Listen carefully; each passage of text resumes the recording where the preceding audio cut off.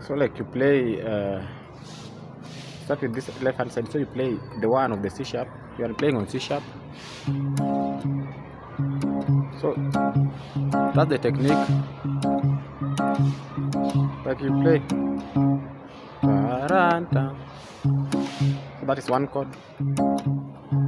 Then the 4 chord, the 5, again 4.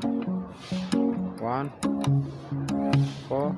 So 1 is C sharp, 4 is F sharp, then G sharp.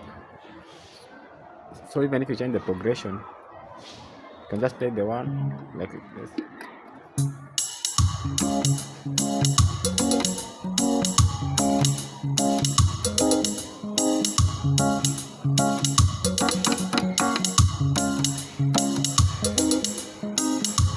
So like that. So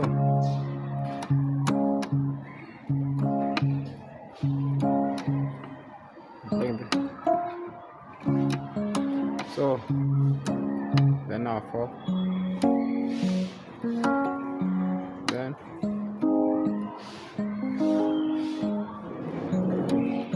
just like that. So it's basically the 1, 4, but you bump. When bumping, start with the left, then the right follows.